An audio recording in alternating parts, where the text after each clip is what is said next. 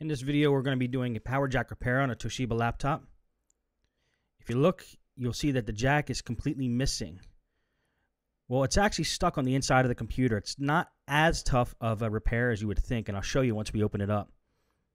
It's in there connected to two wires, which is connected to the motherboard. So it's not actually, the jack's not actually not pulled off of the motherboard. It's actually still connected to the wire. So first thing I want to do is take out the battery, and we're just going to take the whole thing apart to get to the motherboard level. I take the battery out first. We take out the hard drive and all the other components second. And then we unscrew the case and get all the screws off the bottom part of the case. See if there's any screws in the top part of the case. So we get the hard drive out. We're going to take the RAM out.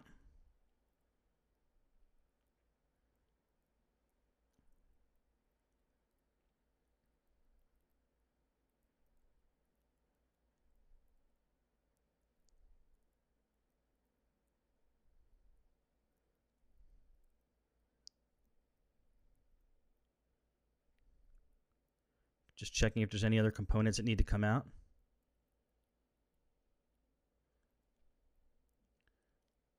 Right now I'm taking out what I think is holding the plate that's above the keyboard onto the computer, because I usually don't take all the screws out of the bottom of the laptop before I take the keyboard off and try to get the screen off. So I'm taking out what I'm guessing are screws that might be holding that plate above the keyboard on. And then I'll flip the laptop over. I'll check to see if those screws were holding it on. If not, no big deal. I had to take these screws out anyway.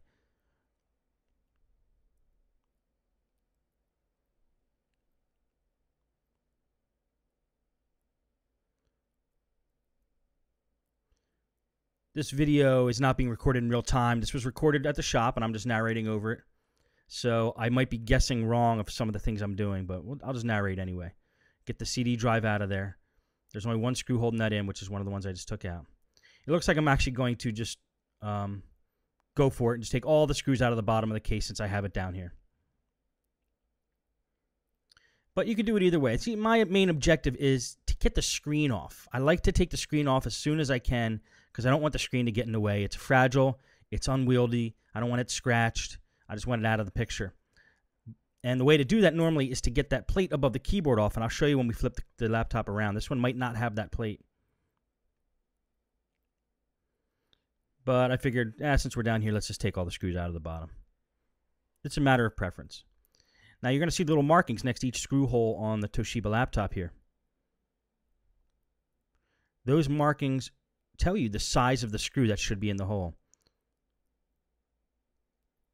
So I'm just throwing all the screws in one big pile because I know where they go according to those markers on the next to the screw holes. So I don't have to worry about keeping track of the screws as much, which is really nice and is a nice feature of the Toshiba laptops for us technicians. They've been doing that for years with those numbers next to the screw hole. It's usually letter F with a number, usually a 6, 7, 5, 3. I believe it might be millimeters that it's actually measuring. And then always check the back of the computer. There might be screws back there too holding the screen in. The back panel. Not the underside, just the back panel. You know, the spot where you normally plug in, like power jack or whatever. Okay, I'm thinking all the screws are out. Just want to double check.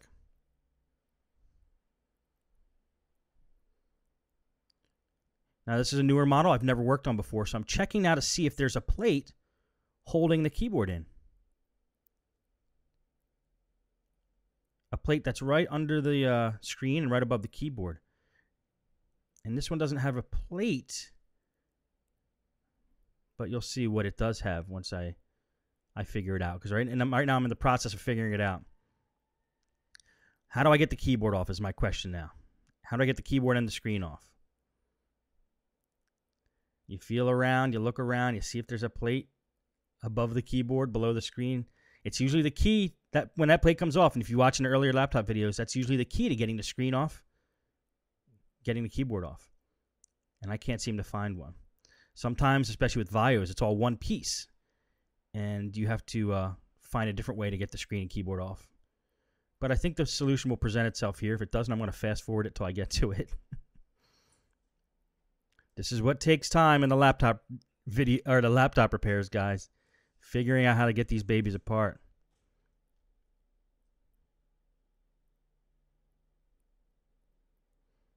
Okay, so I'm trying to pull the whole top section off in one piece.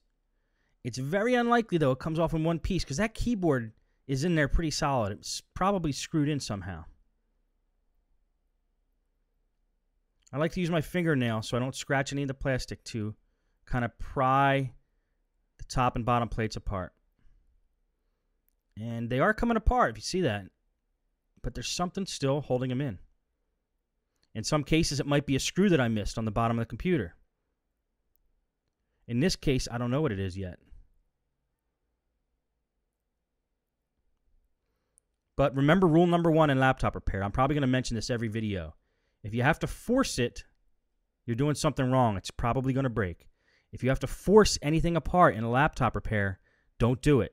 Stop and find out what's holding it in.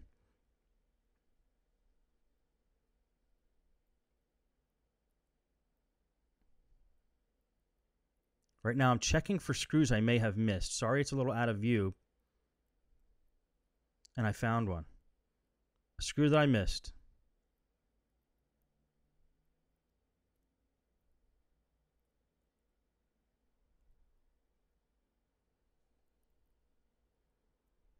Now let's see if it comes apart. Still prying along the edge. Not forcing it. Knowing that if it's not coming apart, something's holding it in.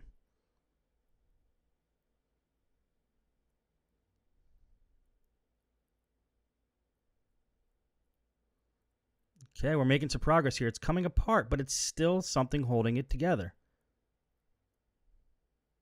It could be a ribbon cable, but you know, these laptops have to be designed so that technicians can take them apart too, like Toshiba technicians. So if it is a ribbon cable, it's unlikely that that's the only thing holding it in because you'd have to reach your hand all the way under the keyboard. And it looks like I'm onto something here. If I was a little brighter, I would have found this in the first place. There's a plate, a real small plate above the keyboard. Comes right off. And voila. Screws to hold the keyboard on. Now we're getting somewhere.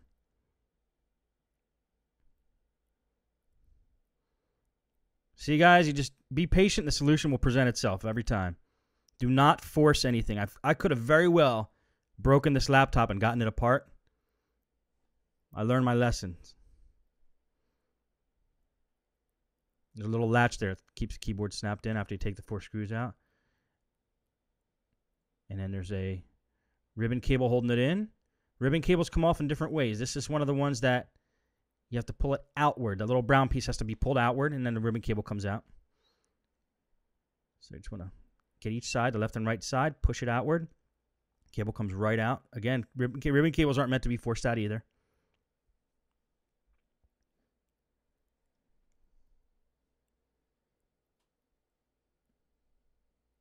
And then the other ribbon cable there was for the mouse pad probably. Let's get the keyboard out of the picture. Now let's see if there's any screws or anything else that needs to be disconnected before we take the top off the computer. A couple more ribbon cables. Once you see that you're able to get to the ribbon cables, unhook them because they're probably going to be the reason the thing won't come apart in the end. Now let's try taking the top off and see if it's a little bit easier this time.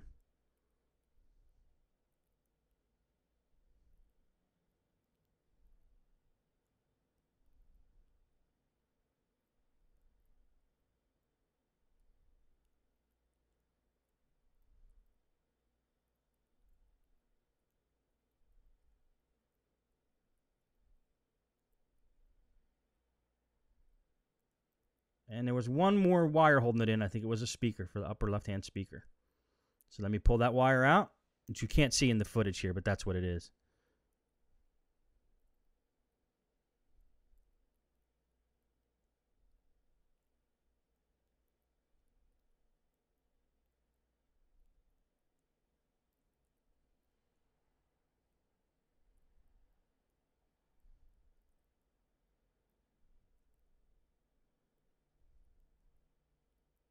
The wire doesn't want to come out. Sometimes the best way to pull those out is just with your fingers, getting your fingers in there. And there we go.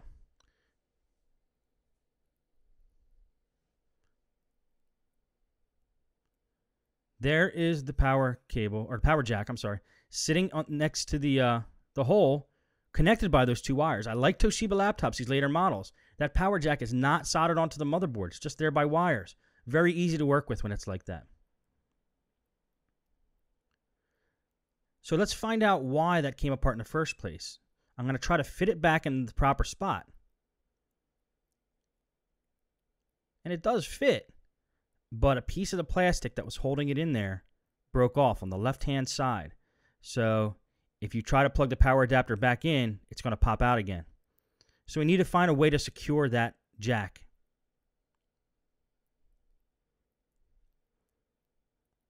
See, it slides in right where it should be, but only the right side plastic is holding it in.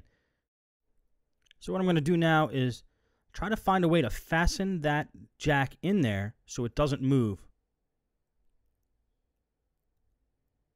And here's the solution I came up with. We're going to use a black screw, which is going to screw into the bottom of the laptop through a hole and attach to a standoff that you would use on a motherboard. That standoff is going to be a post, basically, that's going to hold the jack into place. I'm going to put it right up against the back of the jack, drill a hole directly under where that standoff is, screw the black screw through the bottom of the laptop into the standoff, and it's not going to go anywhere once we do that. And that's how the layout's going to be. I'm using a black screw for aesthetic reasons, so it doesn't stand out on the underside of the laptop or look like I did a hack job or anything like that. And then that jack isn't going to go anywhere.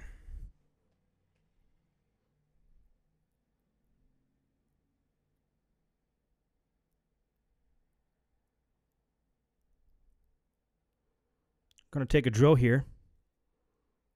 I put a drill bit in the drill that's just a touch bigger than the width of that screw.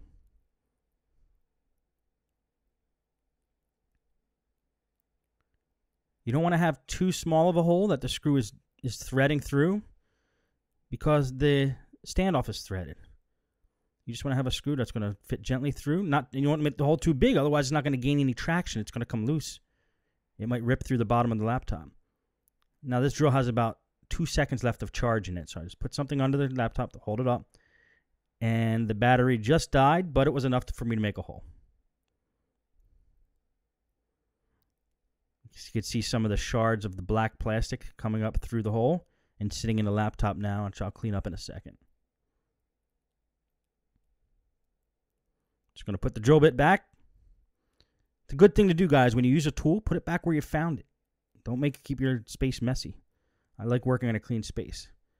I'm going to pull out those shards there so they're not jiggling around inside the laptop when we're done. Put the screw through the hole.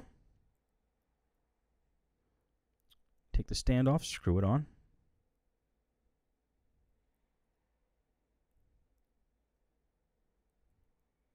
And then as that standoff gets tighter, it's going to become very rigid up against the back of the power jack. Right now it's loose. Easiest way to tighten this, because you don't want to start spinning the standoff, you want to spin the screw.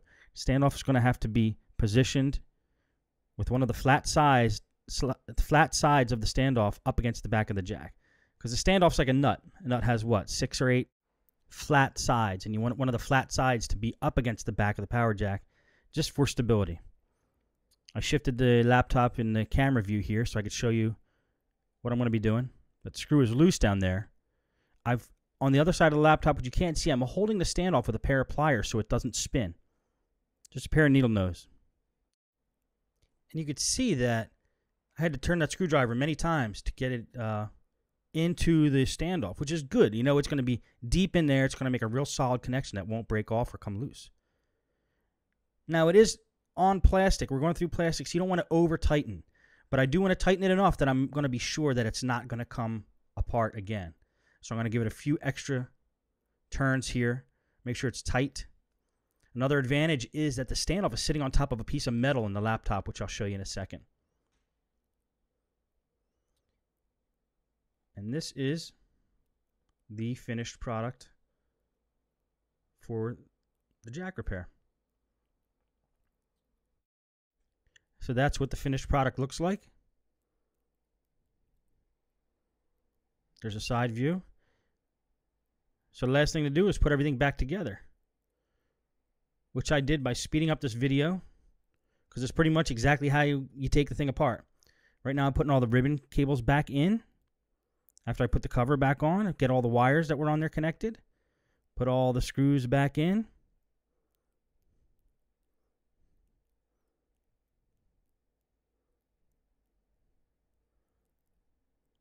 Make sure you get them all in there. You see I have a little pile over there. I know where they go because of the holes, numbers next to the holes, because this is a Toshiba laptop. Almost all of them are like that. Almost all the Toshibas are like that.